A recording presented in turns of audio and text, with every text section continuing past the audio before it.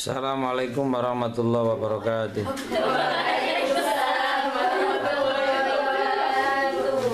Al-Fatihah. A'udzubillahi minasyaitonir rajim. Bismillahirrahmanirrahim. Alhamdulillahirabbil alamin arrahmanir rahim maliki yaumiddin. Iyyaka na'budu wa iyyaka nasta'in ihdinas siratal mustaqim. Siratal ladzina an'amta 'alaihim ghairil maghdubi 'alaihim waladdallin. Bismillahirrahmanirrahim.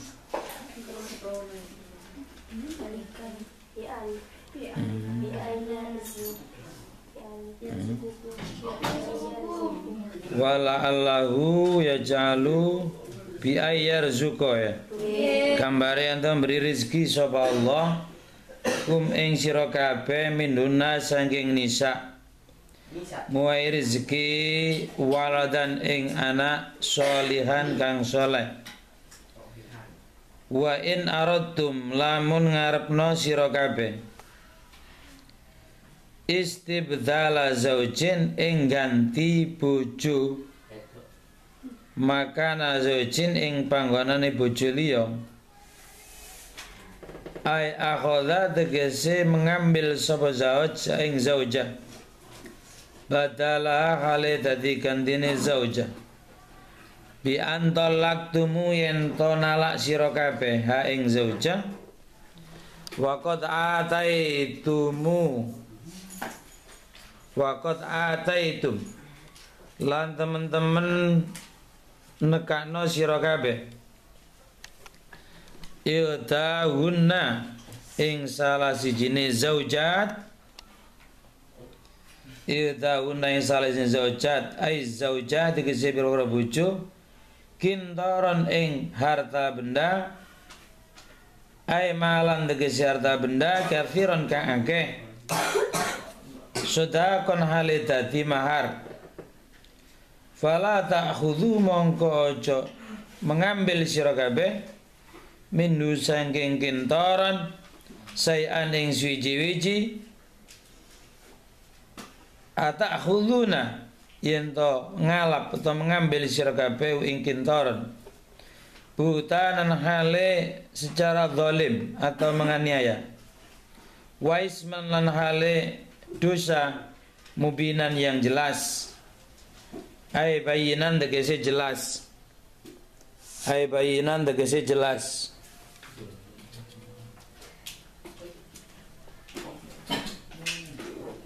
ai bayinan tegese jelas wanas buma utai diocana sope ithman mubinan iku alal hali ngasase jadi tarikib hal wal istifham utawi huruf istifham iku litaubeh bermakna meleh-meleh no apa istilah meleh-meleh no ya meleh-meleh no itu ya istilahnya itu apa istilahnya itu memberikan peringatan walil ingkari lan untuk sesuatu yang mungkar wa kaifalan hale kaya apa ta'khuduna mengambil sapa sira kabeh ing kintaran ai biwajin tegese kelawan wajah ai biwajin tegese kelawan wajah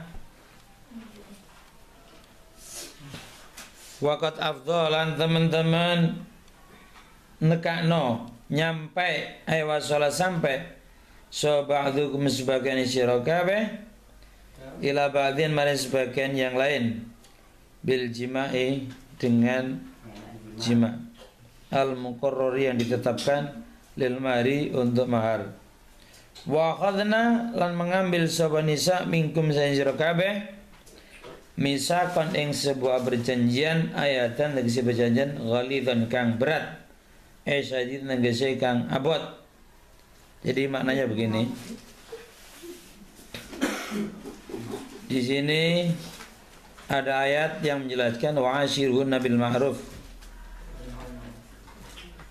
Seorang laki-laki itu hendaknya mampu menggauli istrinya dengan cara yang ma'ruf. Menggauli itu maknanya mengatur, iya kan? baik itu dari sisi ucapan, nafaqah, wal mabit, tempat tinggal.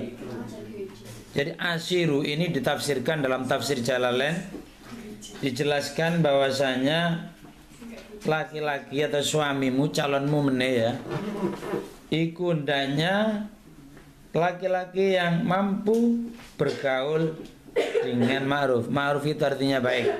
Ya, tahu ma'ruf? Bukan namanya ma'ruf itu manusia, tetapi yang dimaksud di sini itu karakter seorang suami itu hendaknya mempunyai karakter yang ma'ruf, yang baik. Baik fil qauli, dalam sisi ucapan, ya. Ucapan, ya. Atau dalam sisi nafaqah. Nah, nafaqah ini dibagi berapa? Dua. Nafaqah lahir dan nafaqah batin. Seorang istri itu hanya dikasih nafaqah zahirnya saja. Dikai duit tok, yo gak bahagia. Kenapa saya katakan gak bahagia? Itu apa ya, butuh duit tok. Apakah wanita itu gak butuh sentuhannya laki-laki? Logikanya butuh atau tidak? Tujuannya menikah itu ingin memperoleh sebuah keturunan. Keturunan yang sah menurut syariat Islam. Jadi makanya jangan coba-coba sampean punya keturunan tapi keturunannya itu tidak sah.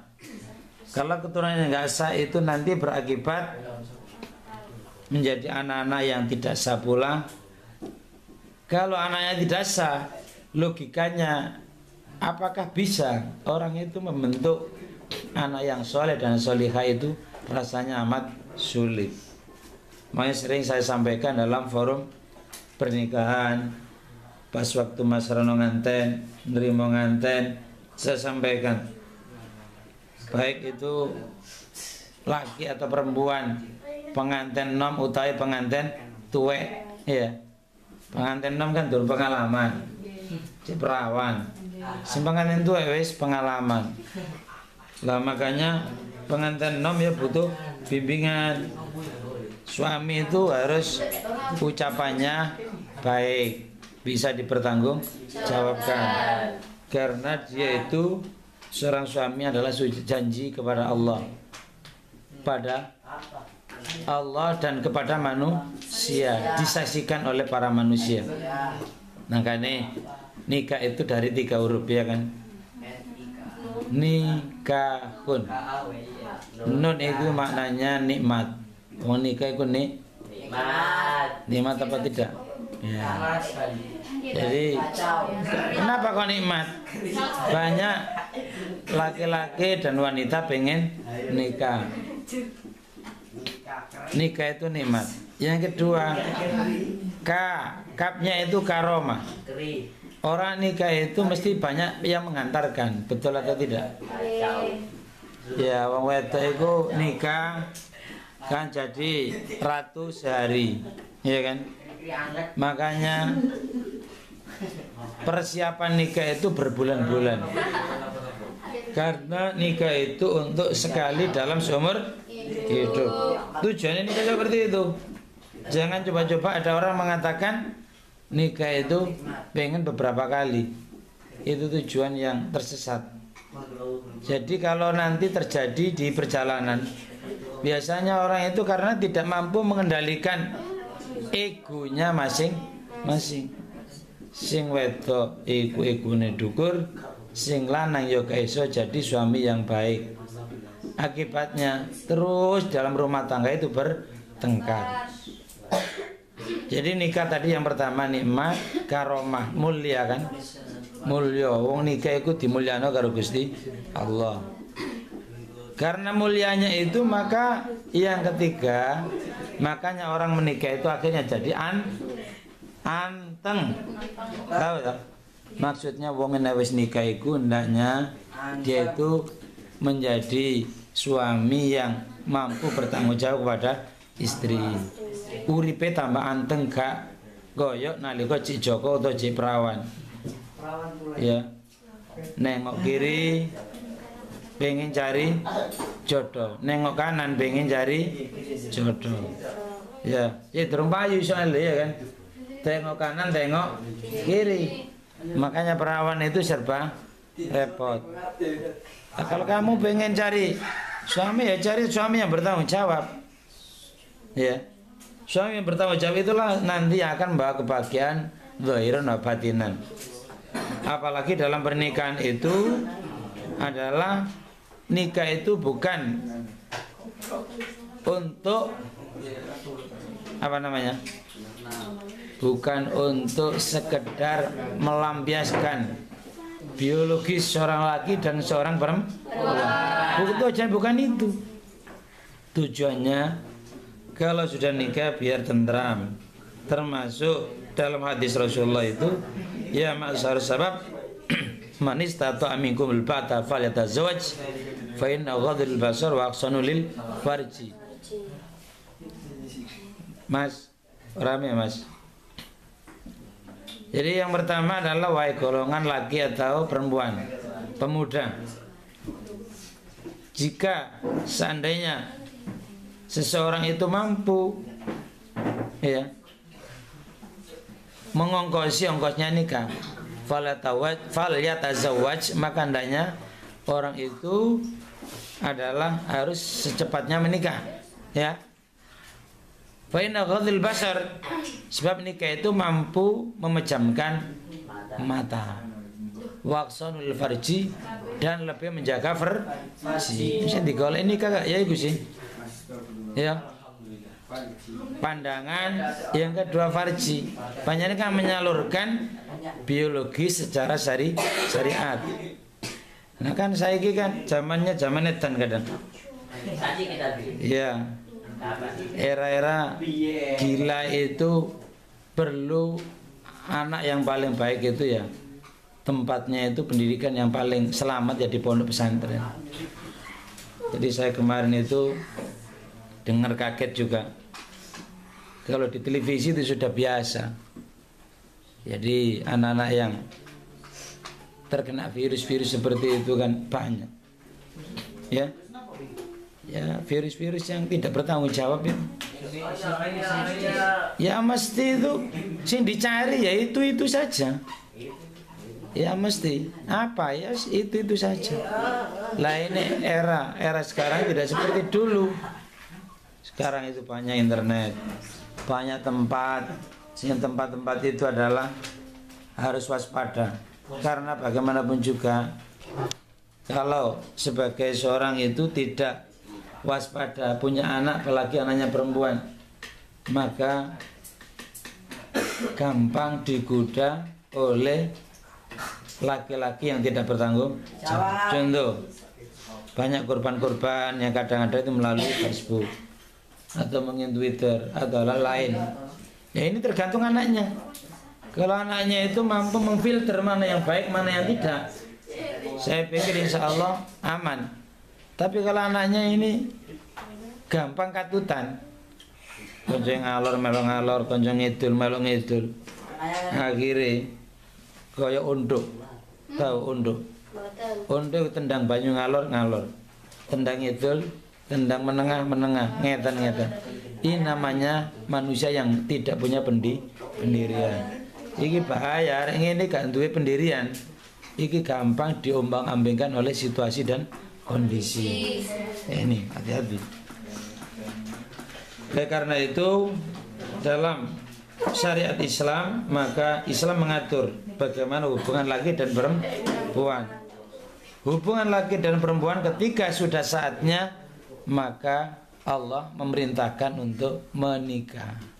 Melalui nikah itulah insya Allah akan selamat. Kehidupan manusia akan terhormat.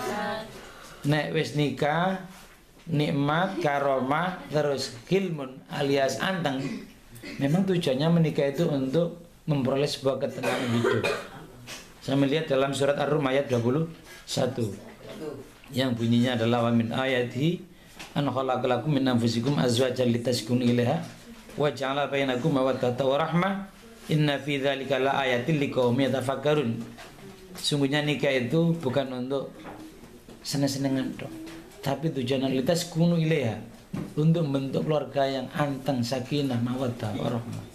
Mawaddah itu begini ya. Mawaddah itu nek cek enom anyar nganten anyar ya seneng. Ya. Wong seneng iku jangan hanya sekedar ketika masih muda, ketika masih nganten anyar itu masih senang. 1 bulan, 2 bulan, 3 bulan, 4 bulan. Tapi begitu udah punya anak 2, 3, kadang-kadang sudah tidak bisa merawat dengan baik.